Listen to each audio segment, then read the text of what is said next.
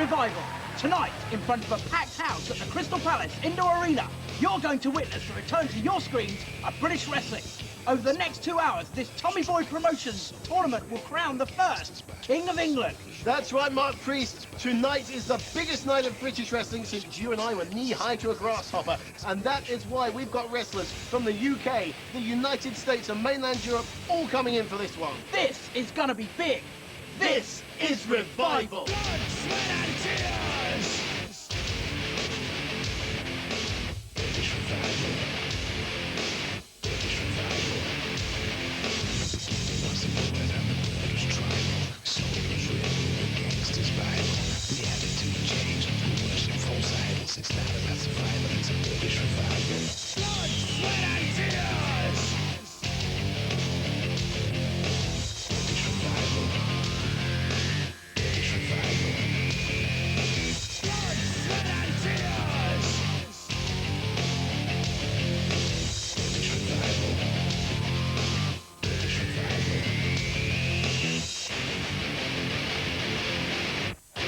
Let's join Tommy Boyd in the ring for the tournament draw. Ladies, can we put the balls, which have been numbered, one for each of the men, into the royal bag. 17 names. 8 will be picked to go into the quarterfinals. The last 2 names will be the first fight we'll see this evening for King of England. Number 11. McDonald. Number 13. Robbie Brookside. Number 15. Jonny Storm. Number 3. That's Jody Fleisch. Number 2. Scott Parker. Number 14, 1-4. Alex Eddie Guerrero. What? I don't believe it. Tommy Boyd has screwed Alex Shade out of the tournament. What do you mean screwed him out? That was just a mistake there. Early into our show and we've got our first shock already. The next 2 names will be the first 2 names to fight, and they are number 16. It's all kicking off on the rampway, Mark. Fleisch Parker. Will fight. Number 7. Doug Williams. That is the draw for the King of England. Gentlemen, let's do it. We've got shocks already in this King of England tournament here on Revival, on Bravo. Our first matchup, our quarter-final matchup, will be between Fleisch Parker and Doug the Anarchist Williams, somebody's pre-tournament favourite, Dean.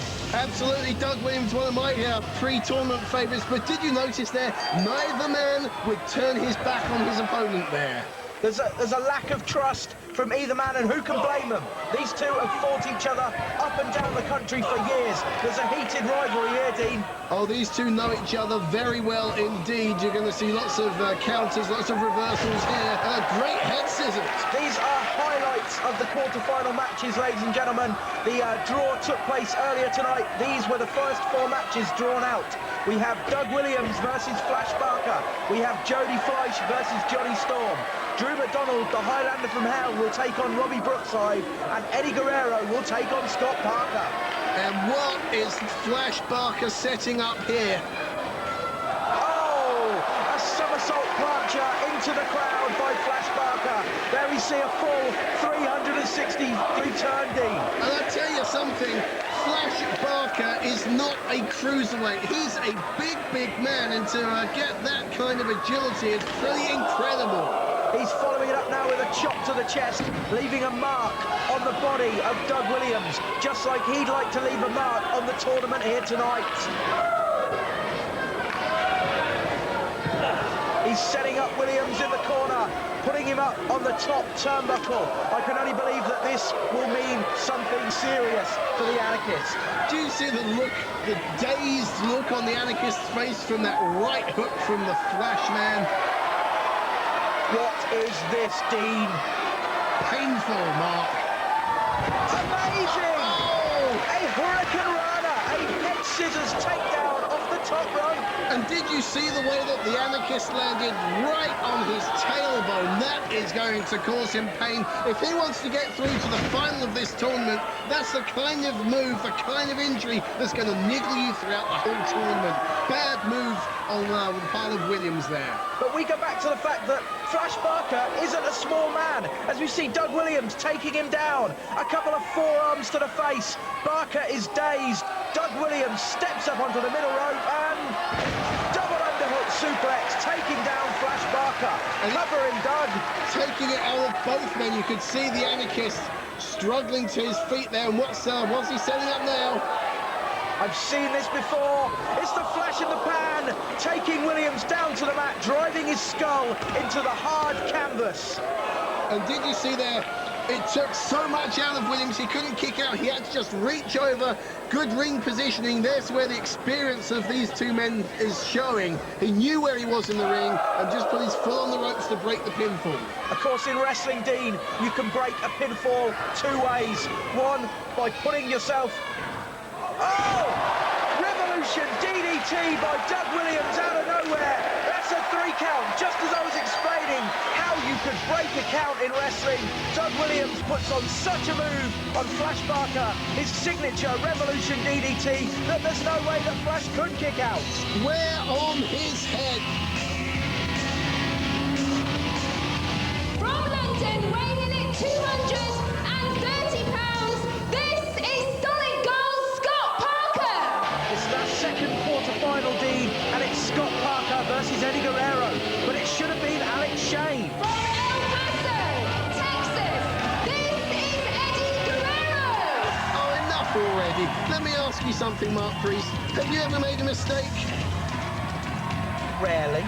Now, come on. That was just a mistake. Justine Gale read the wrong number. Alex Shane and Eddie Guerrero were on concurrent numbers.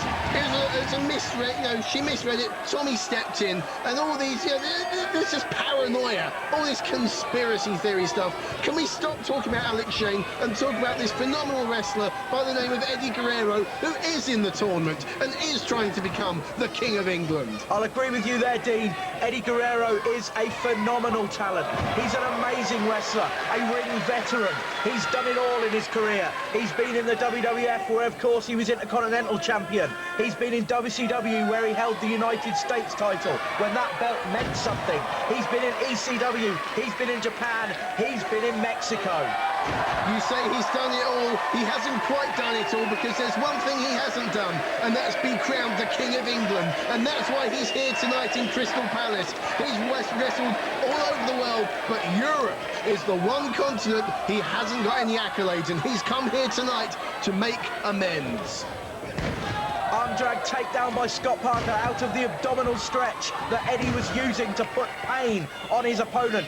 Referee Andrew Coyne warning both men that this has to go to a result. We cannot have any draws here tonight, ladies and gentlemen. There has to be a result in every match. And oh! Andrew Coyne, our referee, has been knocked down. Accidentally, I'd say, Dean. He was in the wrong place at the wrong time. That's all there was to it. I don't think anything malicious. And talk about a suicidal suplex from Guerrero. Oh, come on. It's Alex Shane. Alex Shane, after a measure of revenge, he blames Eddie Guerrero. Perhaps he thinks he's in league with Tommy Boyd. Oh! Scott Parker gets a chair in the face. Oh, that's justice for you. Alex Shane got the chair back from Guerrero. And it looks like Guerrero's setting up for that frog splash. Bang! Beautiful frog splash by Eddie Guerrero. A 3 count by referee Andrew Coyne. Eddie Guerrero progresses through to the next round of the tournament, where he'll face Doug Williams. And check out the replay, Mark. The forearm across the face. That's an old British trick. Eddie Guerrero's been doing his homework. Please welcome the Wonder Kid, Jonny. This is our third quarter-final. Let me remind you once again, we're seeing highlights of these early bouts. And now, his opponent. He is the UK's flying sensation. Please welcome Jody Fleisch. Well, that's right, Mark.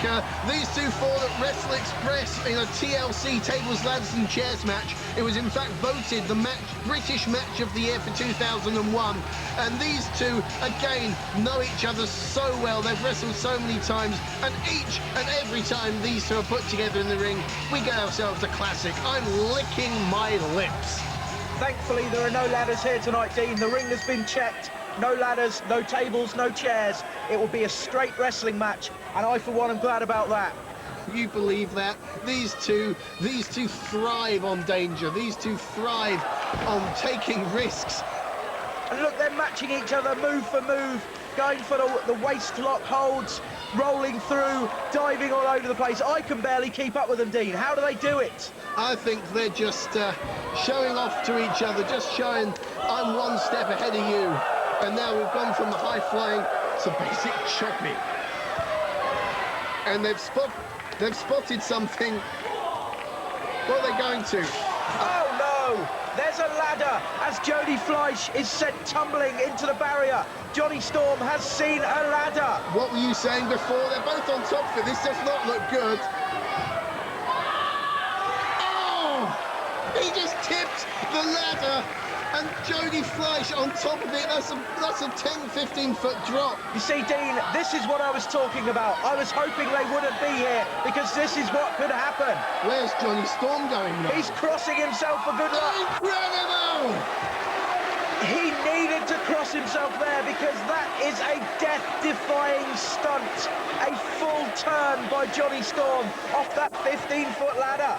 And you know, this is not good strategy on the part of Johnny Storm and Jody Fleisch, because if they want to be the King of England, they've got to wrestle this and another 2 matches. And as you say, this is death-defying. This is not kind on the body. They're going to ache like hell after this. Bad move on their part, I'd say. Oh! Johnny Storm sent crashing down to earth from that ladder. He landed hard, he landed badly. This could spell the end for Johnny Storm, Dean. Straight into that ladder, and Johnny's head just meeting with the unforgiving steel, but he's back again. Jody Fleisch, an incredible talent, Dean. He's fought all over the Orient. Mark, I'm sorry to interrupt, but there you go. That's just what I was saying. These two know each other so well. They're on the same page, and Johnny Storm saw that move coming and reversed it in style. But what does it say about the fight of the man, Dean? That Jody Fleisch was caught in midair. It was turned into a powerbomb, and yet he still kicked out on 2. Well, that's what this tournament's about. The 720 DDT! The Phoenix DDT by Jody Fleisch. A 3 count by referee Steve Linsky. Jody Fleisch progresses through to the semi-final of our tournament. What an incredible match between these two young stars. Yes, he progresses, but at what price? How much has that ladder, how much have those death-defying dives taken out of him? Because let's face it, he's going to either fight Drew McDonald or Robbie Brookside. And whoever he meets of those two, it's not exactly going to be easy. Coming down the aisle from Scotland, here's the Highlander from hell, Drew McDonald. This is going to be a brawl, Dean. That man there, the Highlander, Drew McDonald, a 20-year veteran of British wrestling. And accompanying him, another veteran, Dino Scarlo. And now, his opponent from Liverpool, Robbie Brookside.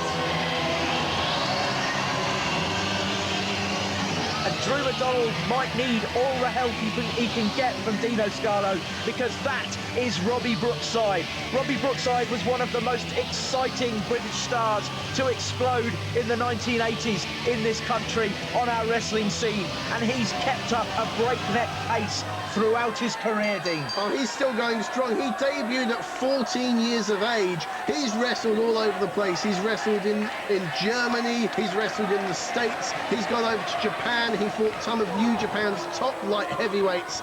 He's done it all, and so's Drew McDonald. This one should be good. Robbie even has a pinfall victory over Chris Jericho in New Japan Pro Wrestling. That's what a caliber of athlete he is. He used to team with William Regal back in the days of the glory days of British wrestling. We're bringing those glory days back here tonight, Dean, and these two men are at the forefront of it. Absolutely, and Drew McDonald's in trouble already. Brookside working on that arm. Irish whip into the corner and a backdrop taking Drew McDonald down, and when you carrying the weight that Drew McDonald packs onto his frame, that's going to hurt. What are you saying about Drew McDonald? This is on tape, you know. I wouldn't say anything bad about Drew McDonald if I were you. It's true. Every time I risk saying anything about Drew, I take my life in my hands. And Brookside setting up for the baseball slide. Dino Scarlo grabbing Robbie Brookside, interfering in a match he has no business interfering in. Excuse me, it's Dino Scarlo who's being grabbed by Brookside. Did you see that? He's brought... Look, what? Dino Scarlo is not a wrestler for this occasion. He's a manager. And then when people criticise managers for interfering in matches, I saw Robbie Brookside throw Dino Scarlo into the ring. Dean, you should stay out of the kitchen if you can't stand the heat. And Dino Scarlo just got burned by Robbie Brookside. This is disgraceful. Dino Scarlo is not the wrestler he's competing with, and he's manhandling him. Brookside should concentrate on Drew McDonald. Drew McDonald's his scheduled opponent, not Dino Scarlo. This is disgraceful. If Drew and Dino want to make it 2-on-1, Dean, Robbie Brookside is more than prepared to take the fight to them. Well, Dino's not happy, and rightfully so. There's Robbie Brookside's signature finishing move, the cross-arm backlash move, and Dino Scarlo has pulled Robbie Brookside off the cover, breaking the 3 count. Referee Tony Giles needs to get on top of this. Oh, why excuse me, why do we need to repeat this? I mean, you didn't see Robbie Brookside dragging Dino Scarlo repeated. The Celtic Crusher from Drew McDonald, a 3 count. Robbie Brookside has been robbed.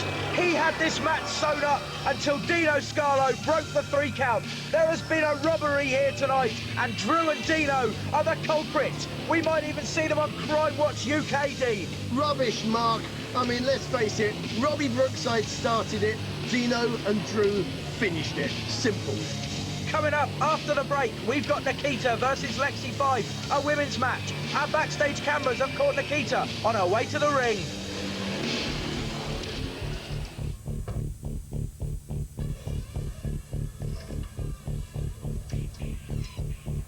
What's going on there? Find out after the break.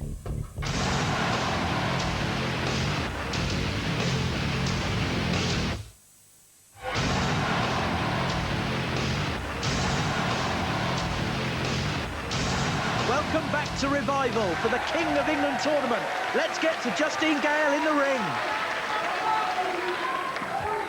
First to the ring, she's the USA's most decorated independent women's wrestler, Lexi Fyfe. This is a special non-tournament matchup, a women's match between Lexi Fyfe from North Carolina in the United States and Nikita, famous for appearing on Tommy Boy's Talk Sports Saturday Night Wrestling Show. Please welcome Nikita. There's Nikita, Dean, looking good tonight, as she looks good every night. Oh, looking good's all well and good, Mark Priest. And oh, there's her boyfriend. How touching. Her boyfriend, former Gladiator Ace. He was a star of the old Gladiators TV show. He's here tonight, giving encouragement to his lady love. Well, that was then, and this is now, and it's British wrestling that's back on our TV screens. And I'll tell you something, Nikita is going to have her work cut out because Lexi Fyfe is one tough customer. Lexi Fyfe is probably the most decorated women's wrestler in America. She has won so many titles in her long career, Dean, but she's come over here. I'm not going to say she's going to be Queen of England because there's no such title here tonight. We're all about King of England. She's over here, though, to teach Nikita a lesson or two. Oh, yeah, there's definitely a lot of pride on the line here. And Nikita's outweighed in the experience department, you could say, but she seems to be holding her own so far. A side headlock cranked on by Nikita. Note that butcher's grip by the lady there, keeping it on, keeping it firm, making sure that Lexi can't get out. But she does, and goes for a hip toss, blocked by Nikita with a hip toss of her own, and now a drop kick. And Lexi Fyfe definitely in trouble. It's been all Nikita so far. She's been all on offense. And we've got our first attempt at a pinfall. What kind of count was that? That was incredibly slow. Before the break, we saw that referee getting a kiss on the cheek from Lexi Fyfe. I have to wonder what else went down in the locker room. And look, a quick count there. What's going on, Dean? My God, there's so much paranoia around here today. The referee was simply getting himself in a good position to be able to see both shoulders. That's what you've got to do if you're going to be a good referee. A crucifix, a roll through. Once again, a slow count. I can see it. Gladiator Ace can see it. Everybody in this arena can see it, Dean. I wish that idiot would sit down. I want to look at the ladies, not that... Well, I don't know what to call him. I don't want to be taken off air. This is wrong, Dean. That's the only word I can think of. This is a quick count by referee Mark Sloan. He's really getting those quick counts in. What has Lexi Fyfe promised him for his crooked, and I will use that word, Dean, crooked officiating? You know, all he was doing, he was in a good position there. You know, luck of the draw. This way, the way these things work. But if can someone please eject that man from the building? I have never, in all my years of calling wrestling matches, seen such crooked officiating. Nikita has already got her work cut out, fighting Lexi Fyfe, who is an incredible talent. But to contend with that referee as well, it's 2-on-1, Dean. And now look, even the referee stepping outside the ropes to actually admonish Gladiator Ace. And here comes Gladiator Ace. He's had it up. I've had enough too. Get in there, Ace. Get him. Tell that referee exactly what you think of him. How can you encourage him? This man's not a wrestler. He's an ex-gladiator, a has-been, someone who a relic from the 90s, and now he's in the ring attacking a referee. He has no place in this ring. He may not be a wrestler, Dean, but he's surely putting it to that referee now, teaching him a lesson. And here we see the triple clothesline over the top. You're right. 3 times as bad. You're right, he's not a wrestler, and that's why it took him 3 attempts to get the man over the top. I'll say it again, he's got no business in this ring. Did you ever see giant haystacks? But Dean, let me interrupt you there. Let me interrupt you, an inside cradle. A small package. Mark Sloan makes the referee against his will, I'll admit, but justice has been done. Mark Sloan didn't make the count, Ace made the count. I'm disgusted, look at that, that's assault. Mark Sloan, get yourself a lawyer, get a good solicitor, this is disgusting. Nikita has cemented her reputation as the top lady wrestler, but let's get backstage. Drew McDonald, the Highlander from Hell, has some words for Jody Fleisch, his opponent in the semi-finals. Well, that's it, people. The FWA war has begun. The casualties are piling up. The dead have been swept off to the morgue. And when it's all said and done, and the smoke from the battle is cleared, there'll be one man left standing. You're looking at him right here. Take a good, long look at the trick midget there. Because he'll be leaving this building in a body bag at the end of this. Do you get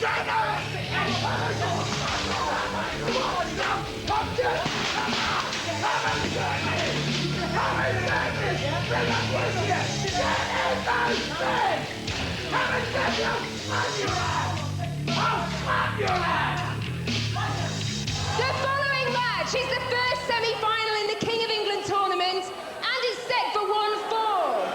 Coming down the aisle, we have from Scotland, the Highlander from Hell, Drew McDonald. Here comes Drew Dean. We saw him earlier tonight in highlights from the quarter-final bout. He was wearing black then. He's changed into a satanic red. And he's accompanied, as always, by Dino Scarlo. And he's added another member to his entourage, a lady that we know only by the name Vixen. It all adds up to 3 times the trouble for Jody Fleisch. Jody already had his work cut out, fighting that huge Scotsman. Now it's 3 times as bad. And Drew McDonald's got to be licking his lips at this one. He's had a good rest, and he's also seen Jody and Jonny Storm try to kill each other in the previous match. Drew's going to the final. It's gonna be the King of England!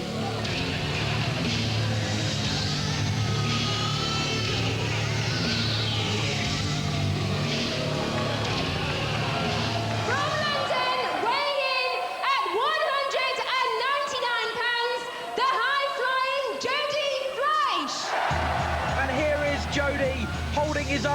I believe that was hurt in that altercation that we saw moments ago backstage, Dean. That's right. Also, well, it's either that or the match with Jonny Storm, because I did notice him favouring that arm as he went up the rampway. We did say that ladder match was going to take it out of you, and I think my point has been proven. Dean, it wasn't a ladder match, but I do take your point there. But now we look at Jody. Jody is 199 pounds. He's almost giving away 100 pounds to Drew McDonald here.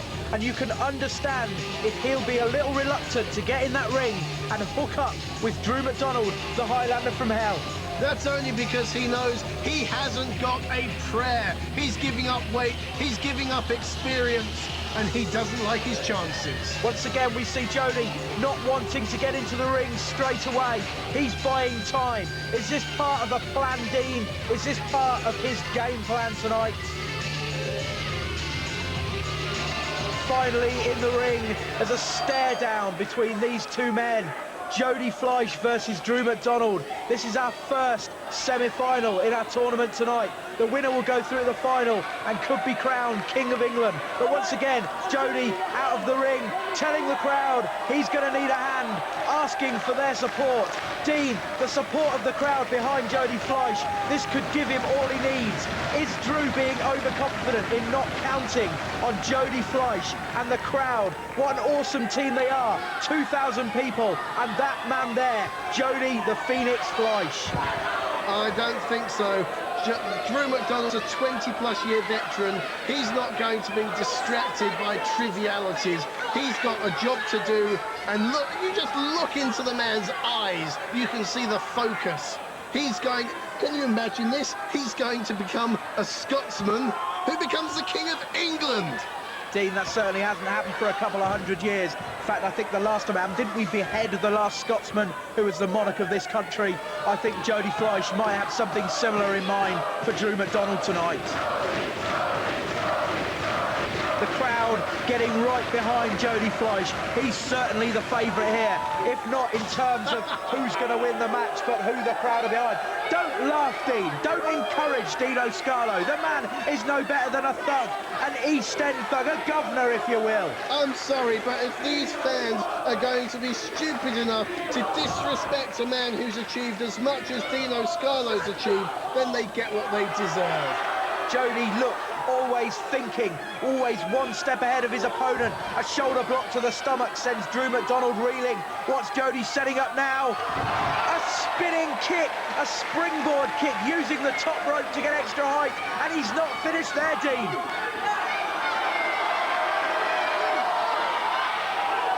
Oh, right on the throat!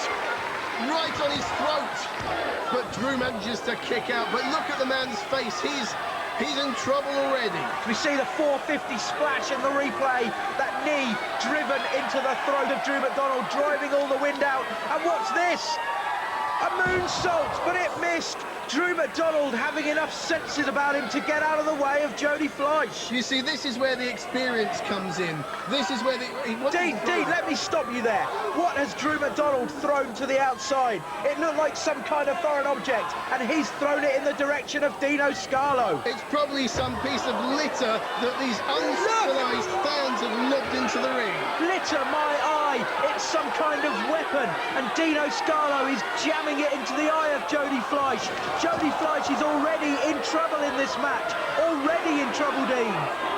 He was trying to revive Jody, that's all. We want to get on with this match. You know, just a quick slam into the barriers. That'll clear the cobwebs out. And look, ever the gentleman, he helps him back into the ring. I applaud Dino Scarlo. Dean, this may be revival tonight, but what Dino Scarlo was all about there was certainly not any revival at all. And look, Drew McDonald pulling the pressure on the arm of Jody Fleisch, going for that injured arm. Jody is already winged, we'd say. If he was a duck and we were shooting at him, he's already been winged. But this is no duck shoot. This is Drew McDonald versus Jody Fleisch. And as the way it stands now, this may be like shooting fish in a barrel. And a great move there by Drew. He hooked Jody's arm in a hammerlock and drove him down in a slam. All of Jody's weight falling on that arm. And this is what I'm saying. He is focused on the job in hand. Back drop attempt to the outside, but Jody's too... moonsault off the top rope, using it like a springboard again and taking down Dino Scalo. That, my friend, is karma. That is just dessert. That is uncalled for. That's But look, what that is. Drew McDonald with a slap has taken down referee Andrew Coyne, and now he's throwing him out of the ring. What is he doing? This is not wrestling, Dean. This is not on. This isn't in the rules. The referee, he said something about men in kilts. He got what he deserved. And now it's 2-on-1. It's 3-on-1 against Jody Fleisch. A clothesline with the huge left forearm of Drew McDonald taking Jody down, and the referee again slammed into the ring steps. This is a mugging, Dean. This is no longer a wrestling match. Straight into that chair. If I were Bill Apter, the photographer, I'd get the hell out of Dodge, because this is a war zone now. And oh, that's the best Scottish header I've seen in years. But look at this, they're just dragging Jody Fleisch up the ramp. It's like they're taking a sacrifice to the altar, Mark Priest. That's exactly what Drew McDonald is about. He calls himself the Highlander from hell. It's some kind of dark sacrifice here tonight, Dean. What have they got in mind for Jody Fleisch? Jody is the sacrificial lamb, the lamb to the slaughter, and he's just going to be propelled back from whence he came. You know, there's history behind this. Dino Scalo trained up Jody Fleisch. He trained him in the noble British art of technical wrestling, but Jody wanted to fly. Jody wanted to show off. He turned his back on Dino Scalo, and you don't turn your back on the man who knows people, as you say, the man who I know as the governor. Dean, give me a choice between watching Jody Fleisch and Dino Scalo, and I'll take Jody Fleisch every time. And I think every one of the 2,000 people in this arena would agree. Vixen raking Jody Fleisch with her nails. This has turned in... If Jody Fleisch had 4 tyres and a roof rack, Dean, this would be a carjacking. Is that where your next champion's coming from? Is that where you're going to get the King of England? I don't think so. Drew talking trash, not only to Jody, but to me, to you, Dean, and to all the viewers at home. He's made his intentions very clear. He wants to be the King of England.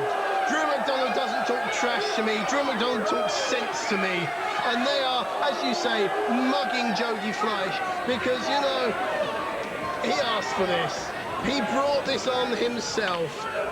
Payback's a bitch, isn't it? Over he goes.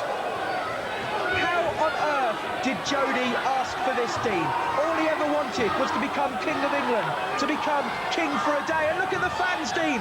The fans are protecting Jody Fleisch. They are getting in between him and the Double D, Dino and Drew. They don't want to give Jody back because they know exactly what that man's got on his mind, and it's murder. Oh, well, they really helped. Another right slap across the face. I'll tell you something, Mark Priest. If I wanted protection, I'd call up the Double D, not these 2,000 morons at Crystal Palace. That's what I would do. And it's not over yet, because he's back on the wrong side of the barriers. He's back in the ring, and Jody Fleisch is not going to take much part more in this. He's out. He's gone. His career is in jeopardy, Mark Priest. We saw referee Andrew Coyne a moment ago, Dean, lying on the ground, just coming round from his dream, from his stupor, and then another kick from Dino Scalo, knocking him out again. There is no referee controlling this match, Dean. He wasn't in a dream. He was in a nightmare, just like Jody. And Dino Scalo helping out Drew McDonald. Dean, if Drew McDonald is such an incredible wrestler, like you say, how come he needs 3 people to get the job done? Why do you need to do it yourself when you've got 2 other people who are perfectly happy to help? It's a smart move by Drew McDonald. It means he can save himself for the final. He can save himself to be crowned King of England. I would suggest to you, Dean, that Drew McDonald is scared of Jody Fleisch. And I'm not afraid to go on record and say it, because Jody Fleisch is one of the top wrestlers in the United Kingdom. He has wrestled in Japan. He's in great demand there. His style perfectly matches theirs. Just because he tries to bring a little something extra to British wrestling, does that mean he should be punished by those two thugs? Did you see the look in Jody's eyes? I think he might think he's in Japan right now, because they're certainly making sushi out of his intestines with their clothes. Oh, this is fantastic. I am shocked and sickened at what we are seeing here. This is a vulgar display of power by Drew McDonald and Dino Scarlo. Let's not forget Vixen on the outside. And what is Dino Scarlo doing now? I saw him in the break prowling around that ring. Oh no, that ring was checked earlier for tables and chairs, but Dino Scarlo has somehow found a way to get a table under the ring apron. They don't want to just beat Jody here today, Dean. It looks like they want to end his career.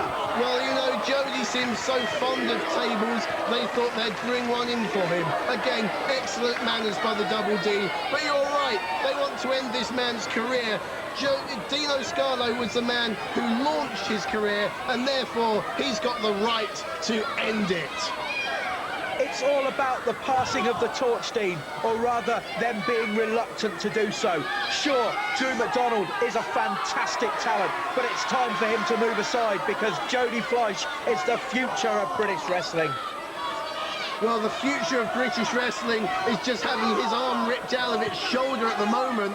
And I'll tell you something, that table looks ominous, because in wrestling, tables aren't for eating your dinner off, tables are for putting people through.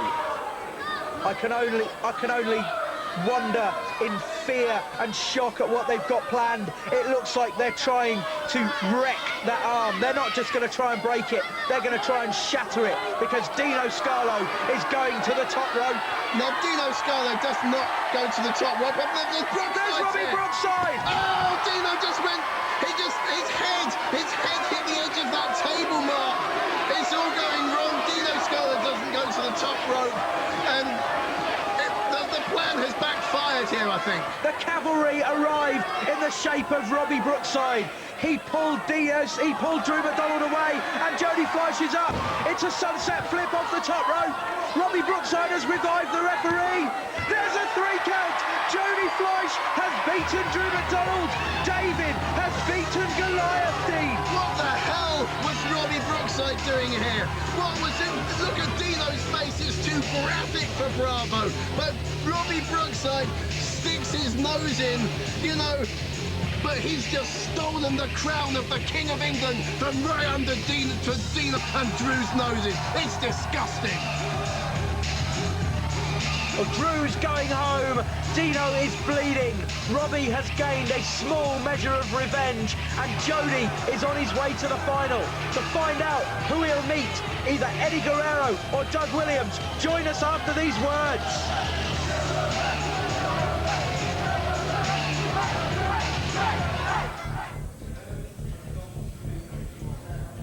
Mr. Guerrero, I understand you're a big star. You've wrestled all over the world. Therefore, you can expect me to show you a bit of humility, a bit of respect. But that's not going to happen. What you want and what you get are two very different things. You may well have wrestled in the United States, in Mexico and Japan, but now you're in Great Britain. You're on my home territory, my turf. And it is you who's going to find out what British wrestling is all about.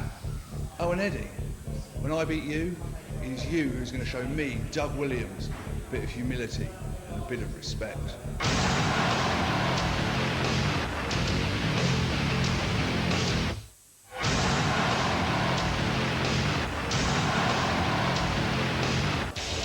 Welcome back to Revival for the King of England tournament. This should be our second semi-final matchup, but the party has been gate-crashed by the 7-foot German, Herman. Coming to the ring, breathing fire. Now, Dean, what's on Ulf's mind? I know he was understandably annoyed at not being drawn out for the tournament, but what's he doing here? Well, he's here because he flew in from Germany and has been ignored. He's not been included in this tournament.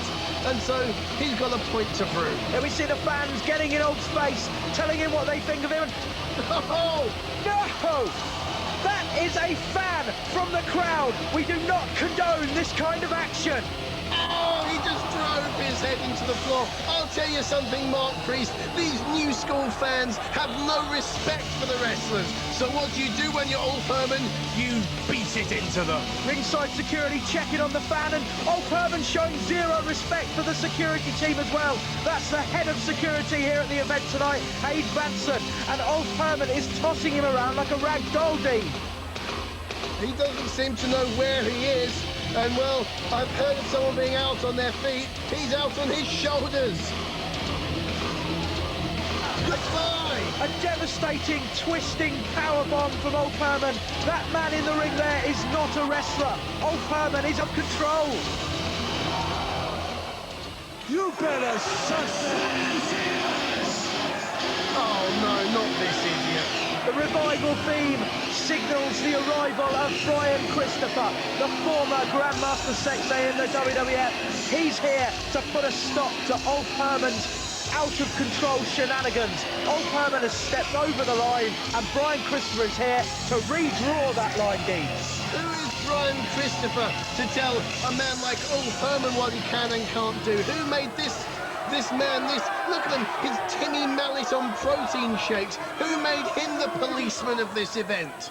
I don't know who made him the policeman of the event, Dean, but I'm glad someone did, because Ulf Herman went a step too far in attacking that fan, in attacking the security team. It takes a pro wrestler like Brian Christopher to come out here and put a stop to it. And a low blow by Brian Christopher, taking Ulf Herman down to the mat. Oh yeah, that's really the sign of quality, classy wrestler, isn't it? Punching below the belt. You see Ulf coming here with his textbook moves, like a great big boot there, the Greco-Roman boot to the face, not some low blow. Herman following it up with a leg drop, but he misses. Brian Christopher too quick for him, and that's the way he's going to beat him here tonight, Dean, by being faster and outthinking the huge German. Absolutely, he's got a stick and move, catch Ulf by surprise like that, a great flying drop kick off the top rope straight to the face, and he looks like he's going to try and fly baseball slide drop kick, and this is how he would have to beat Ulf Herman. Well, I sincerely hope he doesn't. Ulf Herman went outside to try and find a bit of respite, to try and have a rest from the onslaught of Brian Christopher. Instead, all he's found is a hard floor and an even harder boot by Brian Christopher. Hard fists, hard head, hard feet. That's the way Christopher aims to teach Ulf Herman a lesson for picking on that fan. And hard steel meets Brian Christopher's not quite so hard throat, as Ulf tells the fans he thinks they're number one, and a big right hand to the former Grandmaster. Attempted Irish whip, reversed, and Ulf Herman has folded that steel barrier almost in two. It looks like a wrecked shopping basket, Dean. Well, that just goes to show the size of this giant German, Ulf Herman, as Brian Christopher once again takes to the air. This is his strategy. And it was very nearly caught, and they've got tangled up in the ropes there, and it looks like Brian Christopher's hurting. Great move from Herman. It was a flying crossbody attempt, Dean. I don't think Ulf Herman had anything to do with Brian Christopher hurting himself there. It was simply an accident of fate, but it could be the turning point in this match as Ulf Herman goes straight to that arm. Absolutely a smart move, an opportunist move there, showing the experience of Ulf Herman, just picking up, capitalising on the error, capitalising on a chance. A big suplex has got Brian Christopher in trouble. Dean, let's play a game of what if for a second. What if Ulf Herman hadn't not been drawn in the tournament? What if he had been one of those 8 men? Do you think a German could be King of England? Absolutely, Ulf Herman would really have been a dark horse. You can never write the man off. You can never underestimate him. He's crazy, he's unpredictable, he doesn't care about anybody else. And, well, I think that all the other 16 people who are drawn in this tournament are pretty glad that it's Brian Christopher and not them who's on the end of this beating. Ulf going upstairs now. He's lifted Brian Christopher onto the top of the turnbuckle. He's got a superplex in mind. That is a Commodore Garden suplex with the added power of being up on the top turnbuckle for those unfamiliar with the term. And the added height of being 7 feet up in the air when Ulf has you on his shoulders. Look at the smile on his face. He knows this is going to plan, and he's teaching this redneck chicken farmer who decided to stick his nose into Ulf's business one lesson he'll never forget. Will you stop, Dean? Ulf Herman, you know, one thing, Dean, when we're talking of rednecks and the kind of haircut you'd expect to see on one of those rednecks, it does surprise me that a man like Ulf Herman, a stylish German as you would have it, is wearing such a haircut. Well, when you're Ulf Herman's size, you can have whatever haircut you want. Let's face it, Mark Priest, are you going to tell him his hair looks stupid? And there we have a camel clutch, reminiscent of the legend of wrestling that is the Iron Sheik. And he would say here, Ulf Herman, #1, Brian Christopher, pa! Ulf really cranking back on that net now. Brian Christopher must be in a whole world of hurt. And Ulf putting the fingers in the mouth. But Brian Christopher's biting him. A bite, Dean. You have to do anything to get the job done when you're against a giant like Ulf Herman. All I've seen this man do so far is punch below the belt and bite. I mean, this man isn't a wrestler. He's just a thug. I'm surprised he didn't bring a gun to the ring. And enziguri, a kick to the back of the head by Brian Christopher. The momentum has begun to swing the other way, Dean. And a flying crossbody, taking both men out of the ring, down to the hard concrete floor. Well, you know, that's the second time Brian Christopher's tried that move, and the second time he's come into trouble. It just shows the stupidity of the man. He doesn't learn from his mistakes. Christopher back in control now, picking up Ulf Herman. He's rung his bell on the timekeeper's table. Timekeeper Adam South trying to get out of the way of these two brawling combatants. But it's Brian Christopher who's on top now, throwing Ulf Herman into the crowd. If you're sitting in the front row at this event, you need to be wearing a crash helmet because the wrestlers are coming right onto your laps. There's no escape here. This is right, Mark Priest, this is degenerating into a street brawl. And I'll tell you why, because this man, Brian Christopher, he grew up in Memphis. And if there's one place in the world that's known for violent brawling, it is that very place, Memphis, Tennessee. Ulf Herman taking a sign from a fan which proclaimed their support for Brian Christopher, hoisting Christopher by his own petard, if you will, before slamming him down onto the concrete floor. We do have padding around the ring, but out there on the floor amongst the fans, there's no such padding, Dean. It's just solid concrete. Well, I think our security guys deserve a bonus tonight because it just goes to show the Crystal Palace Indoor Arena isn't big enough to hold all this action. How dare you have a sign that says Ulf sucks? Everybody knows Ulf is good. Christopher back on top, those hard right hands, closed fists to the head of Ulf Herman. The referee allowing a great deal of leeway in this match as Brian Christopher goes for a steel chair. He's got mayhem on his mind. He's got mischief on his mind. This is the famous Memphis brawling style you were talking of earlier, made famous by Brian Christopher's father, Jerry Lawler. As Ulf Herman tumbles to the ground, Dean, how do you like your boy's chances now? Well, it's a good job the referee is lenient, because if he wasn't, Brian Christopher would have been disqualified in the first 60 seconds. I don't think he can wrestle clean. Would you say that Brian Christopher is a man who is resting on his laurels, trading on his reputation, Dean? He's a man who's going to be resting flat on his back very shortly. That's what he is, because he's overmatched and the referee takes a tumble. Referee Steve Litsky knocked down down by both wrestlers, managing to make the 1 count on instinct, but he's out like a light.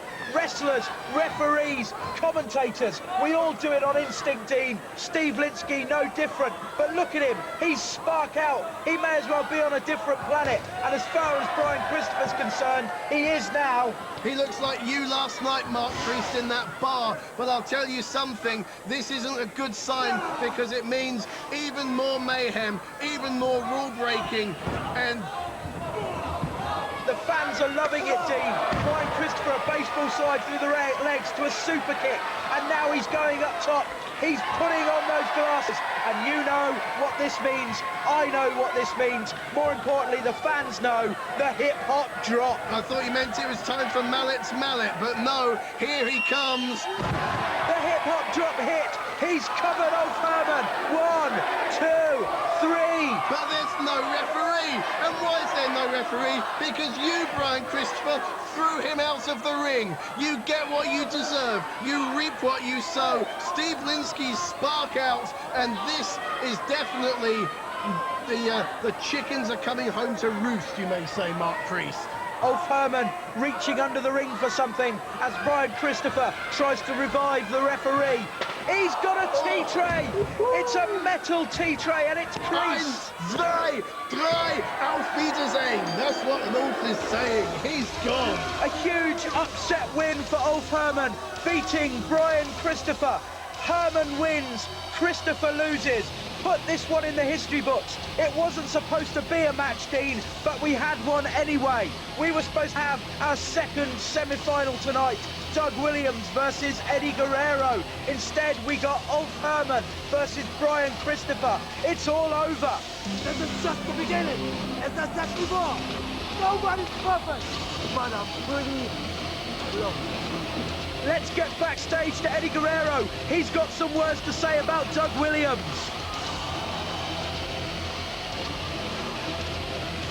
Homies, that's right, man. It's me, Eddie Guerrero, and I'm here in the King of England tournament, and you guys are putting me up against Doug Williams. I mean, come on, don't you have anything better for me? You see, Doug, I don't know if you know what you're in for, man. I mean, come on, Mr. Vato, do you really think you got anything on me, man?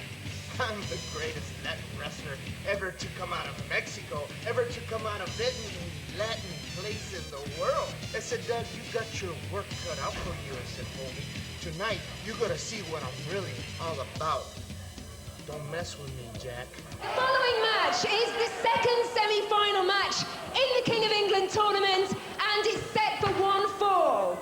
First to the ring, please welcome from Maidstone in Kent, and weighing in at 230 pounds, the anarchist, Doug Williams.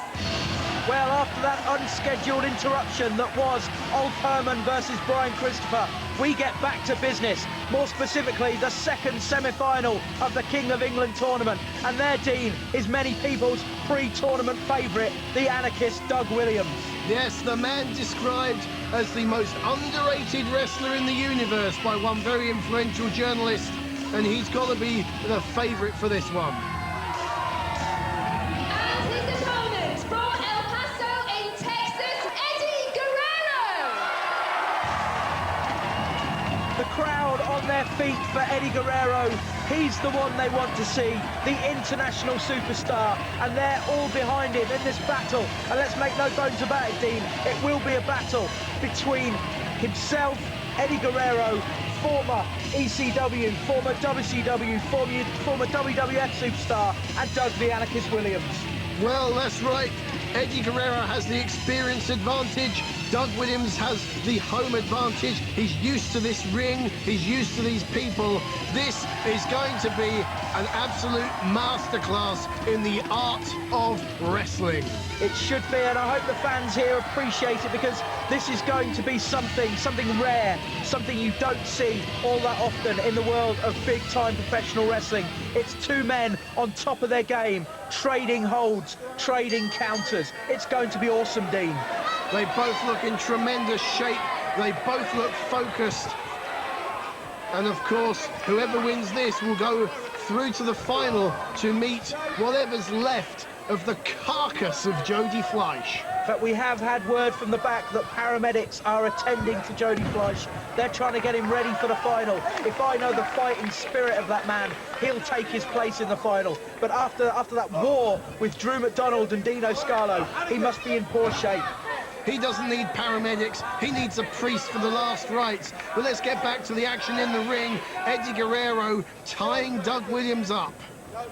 He's got those legs locked. And now I believe he'll go for the arms. If I know this move well, he's putting the pressure on the legs. He needs to stop Doug Williams trying to escape from the move. But Doug Williams is canny. He's a ring veteran himself, Dean. Canny indeed, because look at that escape straight into a headlock.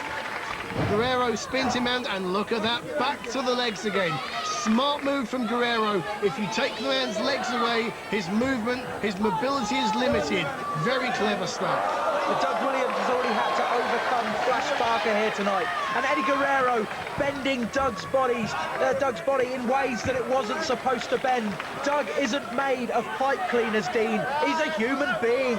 And an STF step over toe hold and face lock into, and Doug has now reversed it. This is great scientific, technical wrestling, the kind of stuff that British wrestling put itself on the worldwide map in the 70s and 80s.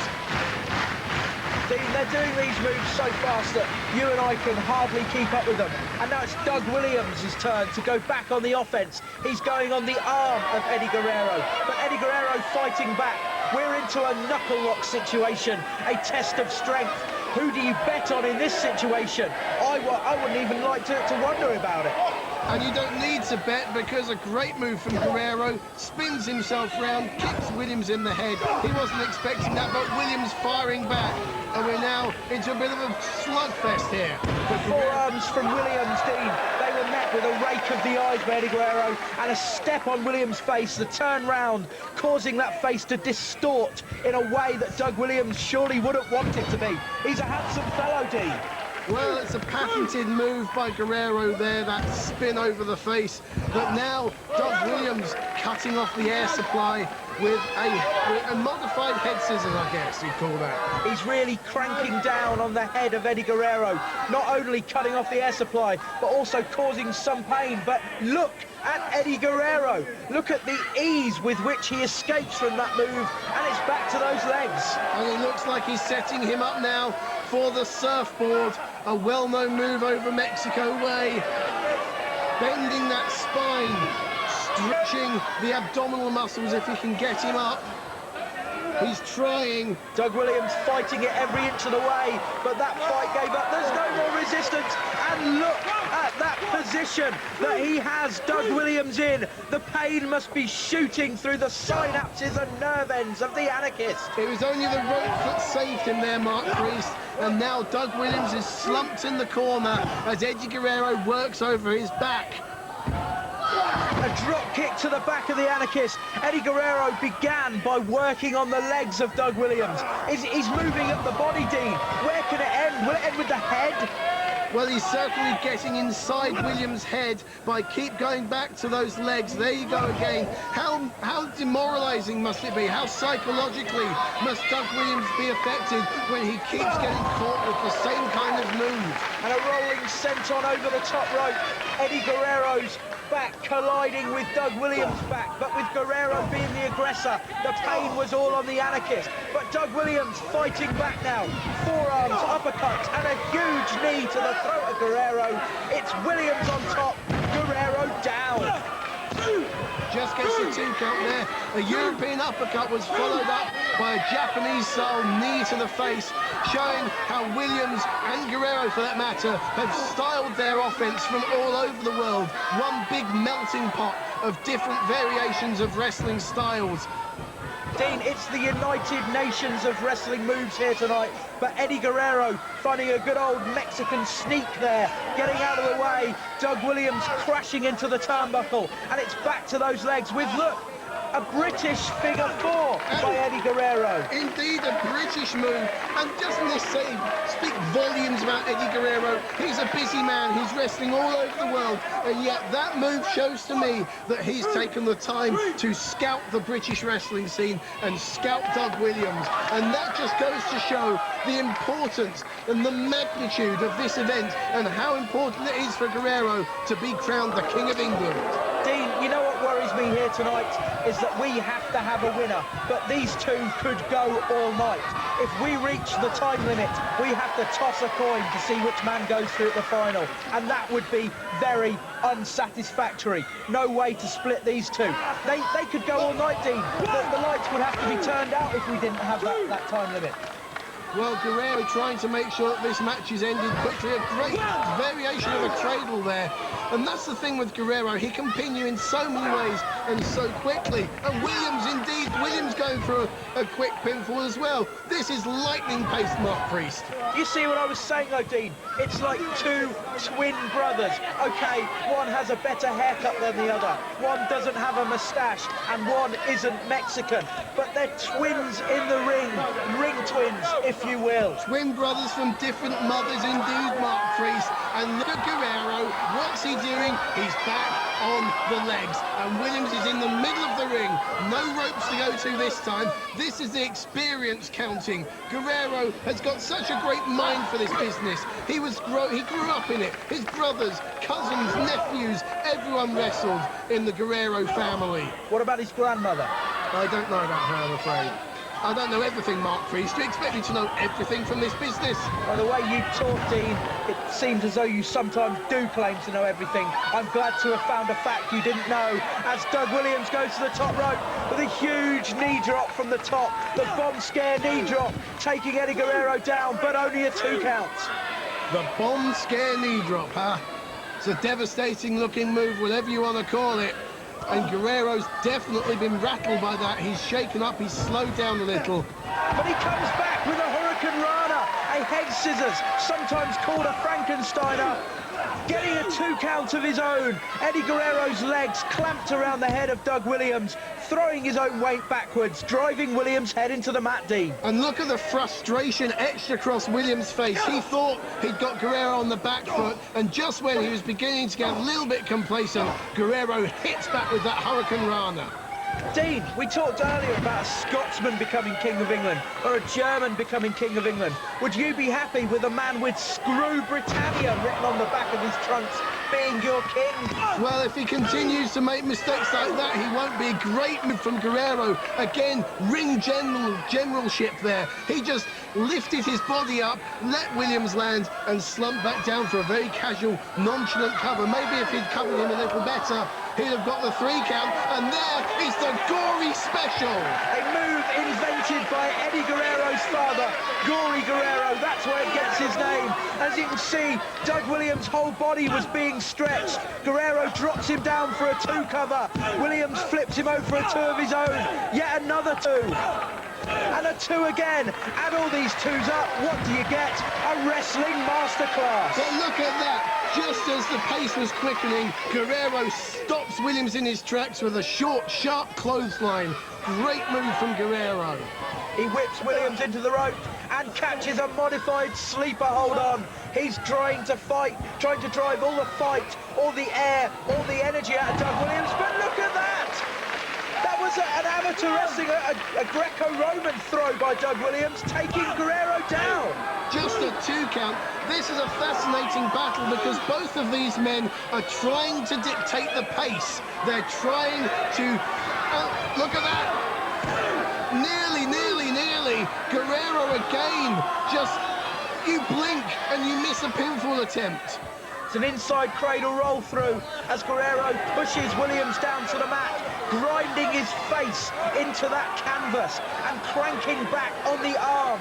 Doug Williams must be in enormous pain, Dean. Well, Doug Williams has had problems with that arm in the past. He's hyperextended and dislocated it before, and it's just another example of how Guerrero has really done his homework on this man, the anarchist, Doug Williams. A stalling brain brainbuster by Eddie Guerrero, but he picks Williams up before the 2 count. Look at him, he's saying again. He's not finished yet. Another stalling brainbuster, taking Doug Williams down, and now Guerrero has him in position. He's signalling to the crowd. They know what's coming, Dean. Oh, it's frog splash time, his signature move. This is what finished off Scott Parker. He's 3 seconds away. No, he went for a senton. Williams countered it. Revolution. Revolution DDT countered by Eddie Guerrero. That was Doug Williams' finishing move. And a Mahistyle cradle rolled through. He blocked it, Mark Priest. Fantastic. He blocked the roll through. Eddie Guerrero was about 3/4 of the way there. Look at this on the replay. Guerrero's 3/4 of the way there. Wim stops him, hooks that leg. There's nowhere for Guerrero to go. He's all tied up in Williams' body. And Doug Williams is on his way to the final. Doug Williams through to the final of the King of England tournament, where he will, we've just got word, face Jody Fleisch. Coming up next, we've got a special non-tournament match between Alex Shane, the show stealer, and Solid Gold Scott Parker. Here we see is what went down earlier. Alex Shane, angry at not being in the tournament, attacked Eddie Guerrero, but ended up getting hold of Scott. What the hell's going on, Alex Shane? What are you playing at? First things first, Scott Parker, you need to calm down. I didn't come out there to interfere in your match to lose it for you. I came out there because I saw Guerrero over a chair and I thought he was going to beat you across the head with it. You're a friend of mine, I tried to step in. Okay, I'm sorry for costing the match, man. I'm really sorry. That's just not good enough.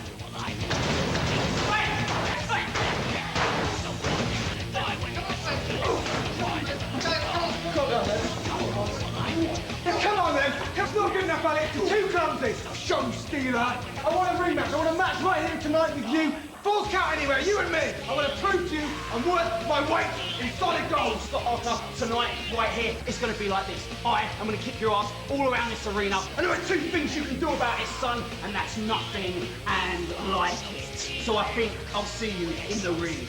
Wherever you can, sunshine, wherever you can. See you.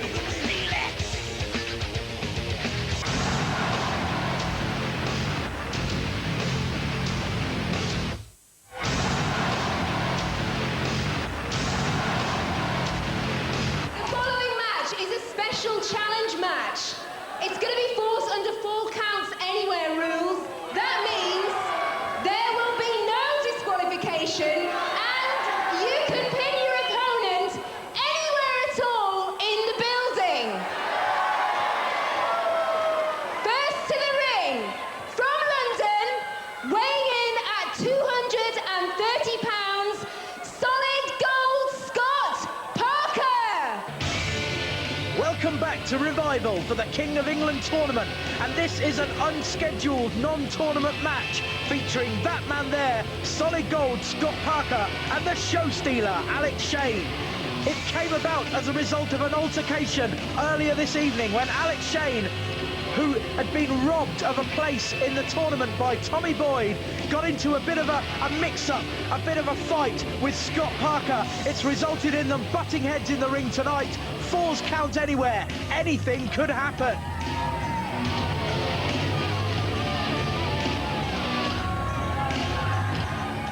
Alex Shane, you call yourself the show stealer. All you've stolen tonight is my chance to be the King of England. Here comes Alex Shane, the fans' favourite. They love him. He stars every Saturday night on Talk Sport, the show with Tommy Boyd, the man who, ironically, has robbed him of a chance to become the King of England in tonight's tournament. Scott Parker just happened to be in the wrong place at the wrong time, kind of like Alex Shane's nose. As we can see, he's wearing a plaster on it because it was broken earlier by a chair shot from Eddie Guerrero.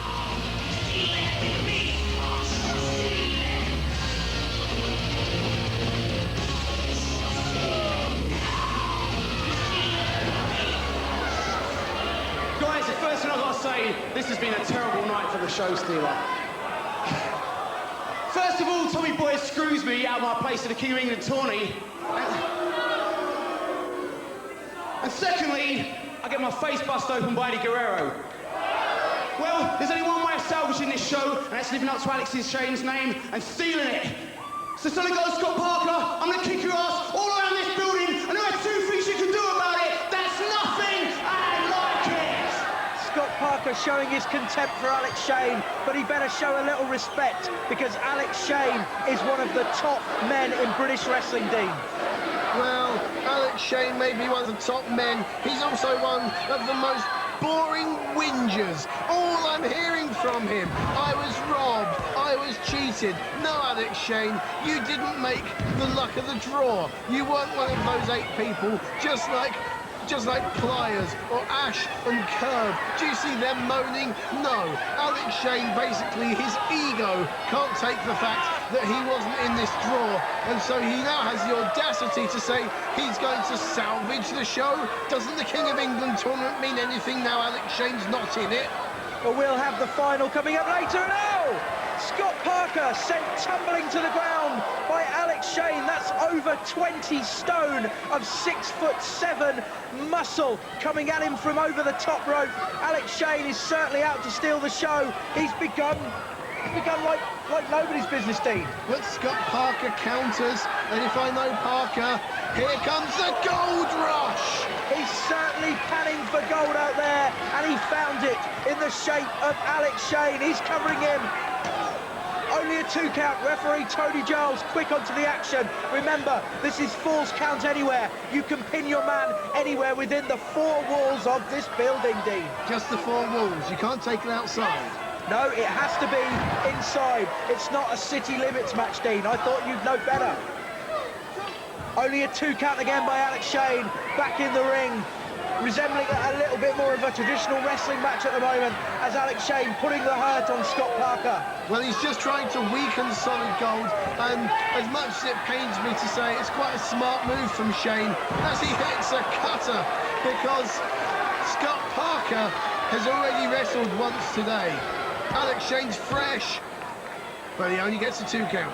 That was a pump handle cutter there, a unique move invented by Alex Shane. He really is an awesome talent. It's no wonder most of the 2,000 fans in the arena tonight are getting behind the show stealer.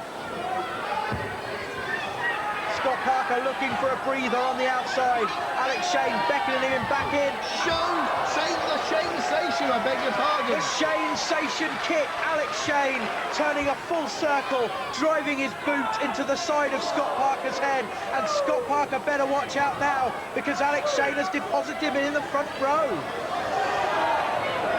Well, I was going to say that again we're outside over the barriers, but I guess at least in this case it is the Falls Count Anywhere, and just a 2 count. Alex Shane out with his fans. Look at them, they love him. He's trying for another 3 count, only gets a 2 again, and one of his fans is saying, use me, Alex, use me as a weapon. That's a fan. My God, if I had freaks, fans that looked like that, some bizarre freak of a man, I wouldn't want to know. Where are they going, Dean? They're going up onto the balcony. Alex Shane trying to powerbomb or pile drive Scott Parker, a backdrop, sending him crashing down. There's no padding up there. Referee Tony Giles down, only a 2 count again. This one is hotting up, Dean. This doesn't look good. Oh my word! He just threw him off the balcony, Mark Priest. That's got to be 30 feet up. And thankfully some of his fans were there to catch him. But they were sent tumbling down like 9 pins, and Scott Parker is up. Scott Parker is celebrating. What's he got in mind now? He's pointing down at the show stealer. No way. No way! Oh my word! Scott Parker throwing himself off a 30-foot balcony on top of Alex Shane, and it looks like half the crowd. It looks like the parting of the Red Sea, Mark Priest. This is incredible. This is death-defying. These men aren't just putting their careers, they're putting their lives in jeopardy.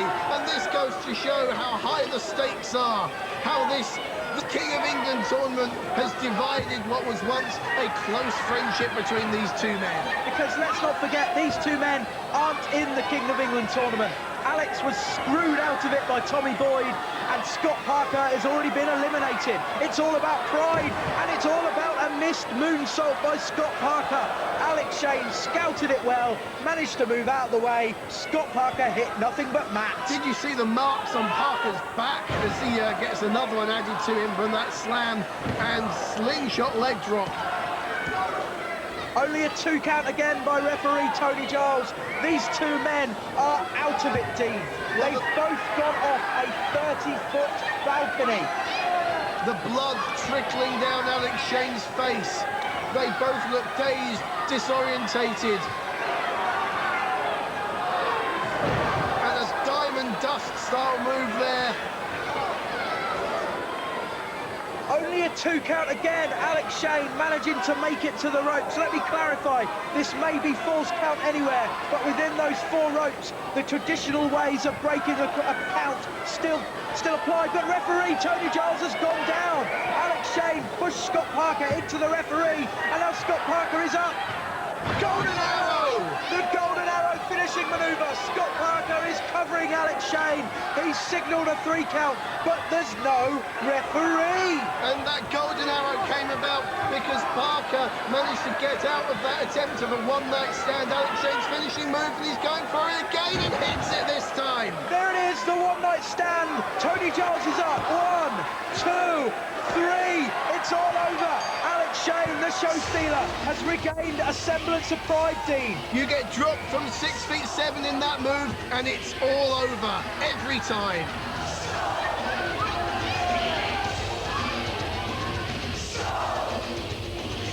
Coming up next, we've got the King of England final between Doug the Anarchist Williams and Jody Fleisch. They've both fought through 2 matches to get here. Who's gonna win? If you join us after the break, I promise you won't miss a jot of action, and we'll crown the King of England.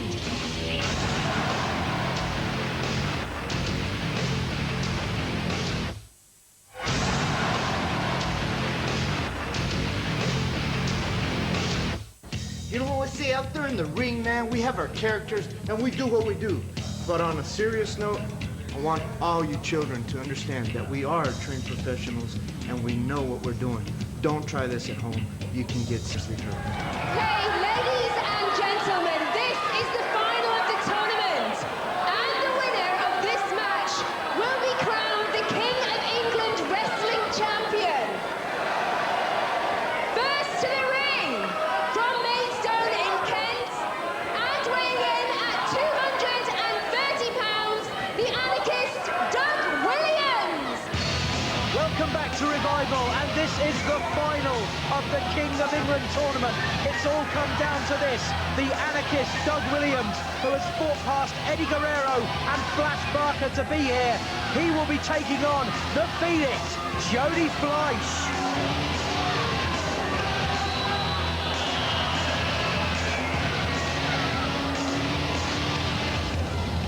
And now, his opponent from London, weighing 199 pounds, Jody Fleisch. And here comes Jody to the ring, holding that arm that we saw him injure earlier tonight. First in a match with Johnny Storm, and then in a war with Drew McDonald and Dino Scarlo, Dean. Well, you've got to go with Doug Williams. He's got to be the favourite for this.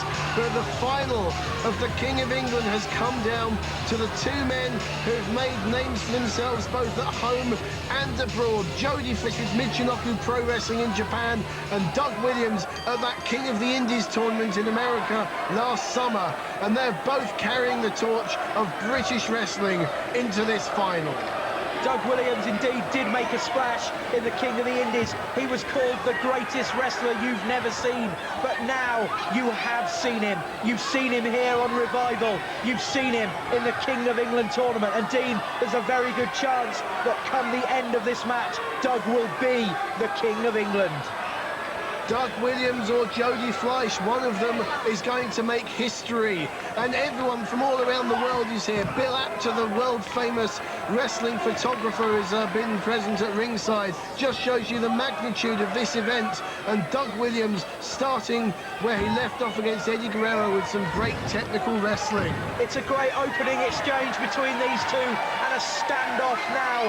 The fans very, very appreciative of what they're seeing before them. And that's been a theme all the way through tonight, Dick. The fans have been fantastic. I hope you're enjoying it as much at home as these fans appear to be enjoying it here in the arena tonight. The atmosphere in the Crystal Palace Indoor Arena is like nothing I've ever experienced for a British wrestling show. The fans, as you say, are really into it.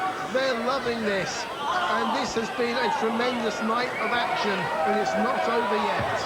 Dean, look at that innovative move by the Anarchist. A knuckle lock together with those legs tied up. He's got Jody tied up in ways that a human body isn't meant to go. And look at this, he's flipped it over.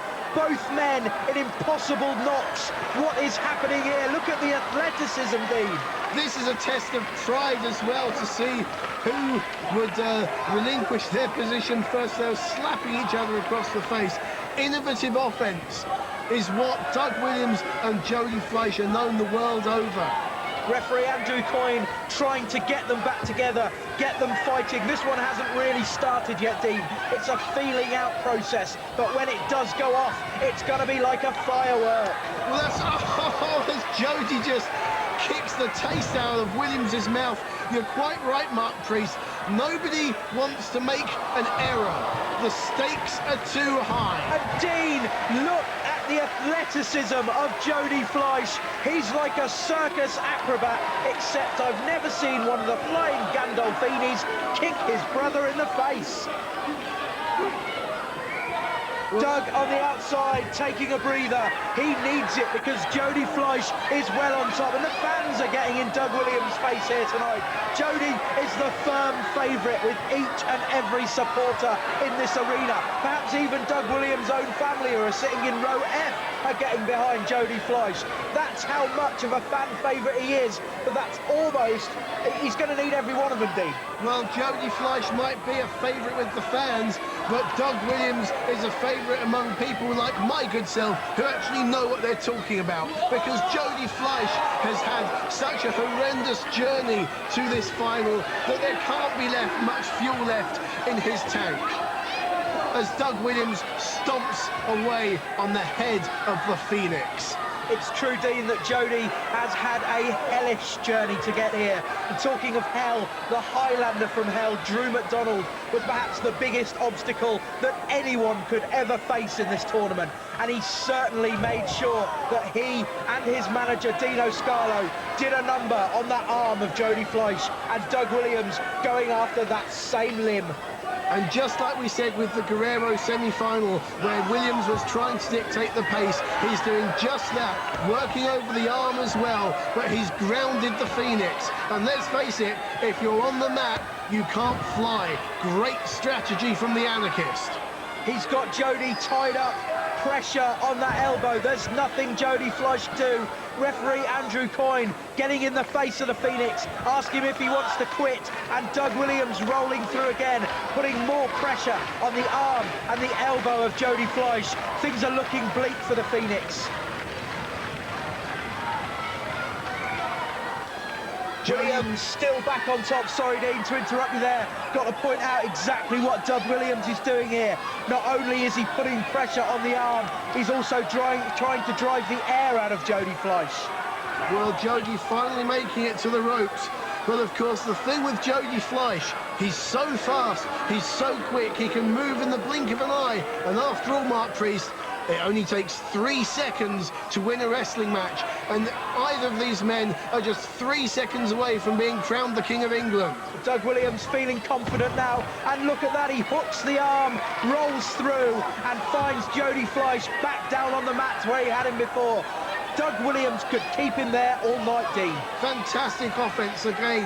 And I mean, I've been watching wrestling ever since I can remember, and I've never seen some of the moves that Doug Williams does. But Jody Fleisch turns that into a crossbody press. He turned in midair, defying gravity, and almost got a pinfall on the Anarchist.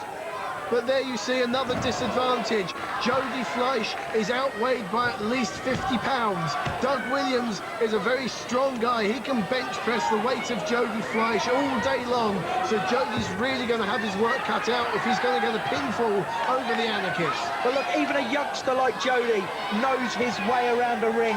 He's got the ring smarts to know that if you're going to get to the rope, you've got to make a break. Williams has to break any hold.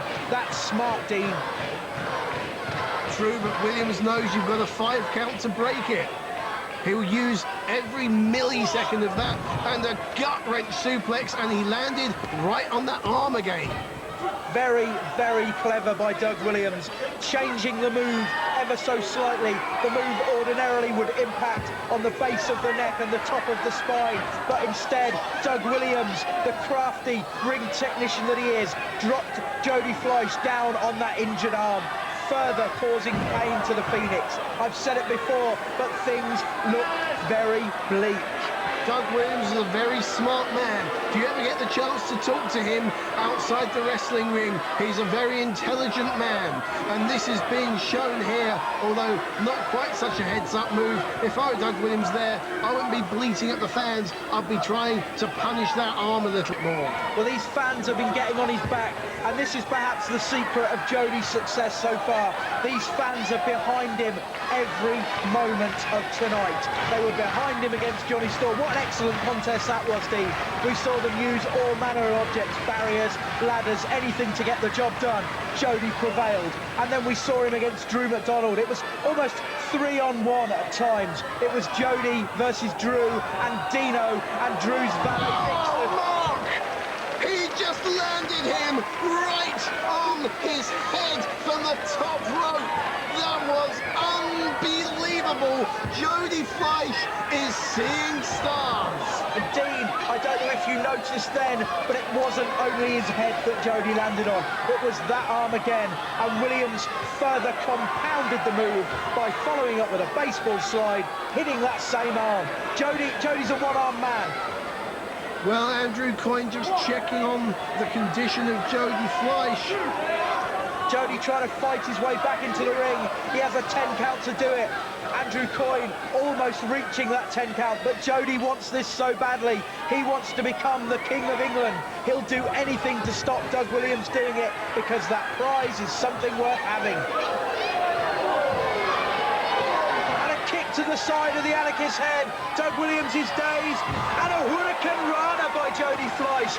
A swinging leg scissors taking Doug Williams' head down to the mat. And Doug Williams is on the outside, and when you're against Jody Fleisch, that is not a good place to be, because shooting star press to the outside. That is one of the moves that is trademarked to Jody Fleisch, probably because there's no one else on God's green earth with the agility and the bravery, or is that the stupidity, Mark Priest, to do such a move? Dean, these fans can't believe what they're seeing. They're up on their feet, applauding both men. Jody Fleisch is in amazing shape, other than that poor arm. You saw he was able to get over for that shooting star press. Dean, I don't think you'd even be able to turn one turn, let alone the three. I can't believe what I'm seeing, Mark Priest. And Doug Williams now is trying to block the suplex he has, and Fleisch is in a perilous position. I don't like the look of this. No way. Look at that grin. Look at that evil look on Williams' face. There's no way he's going to try some kind of a move, a powerbomb or a pile driver. This looks nasty. Dean, half the fans don't know whether to watch. Turn away as Doug Williams sends Jody Fleisch crashing down to the floor. There is a thin layer of padding, but it counts for nothing when your body is hurtling towards it at 40 miles an hour, Dean. And let me ask you, Mark Priest, what part of your body hits that thin padding first?